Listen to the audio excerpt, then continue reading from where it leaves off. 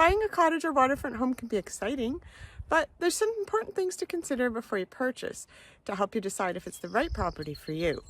We discussed access to the property and shoreline issues. There are also some important points about the building itself to consider. Water supply for waterfront properties can be from a well, but can also be from the lake. The most important question to ask about lake water intake systems is if the system is winterized. If not, there won't be any water when the outside temperature is below zero, and you'll have some maintenance to do in the fall, draining the system and possibly removing the pump. If the system is winterized, is the line buried, heated? Does it have a drain back system so it's empty when not in use? A second question to ask about lake water intake systems is what type of water treatments are being used. A sediment filter removes dirt and tiny stones, and a UV filter treats the water for bacteria so it's safe to drink. You also need to know if the property has a septic system or holding tank.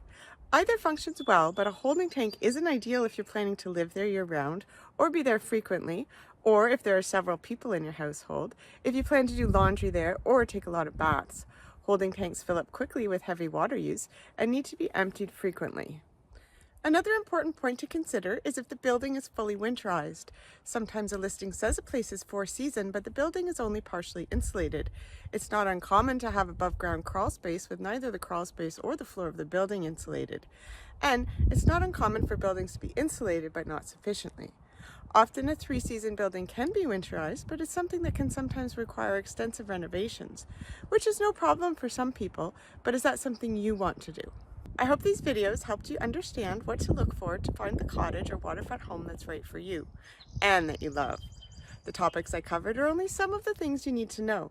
It's important to work with a realtor who has a good knowledge base and understanding of waterfront properties and who's familiar with the area you're looking in.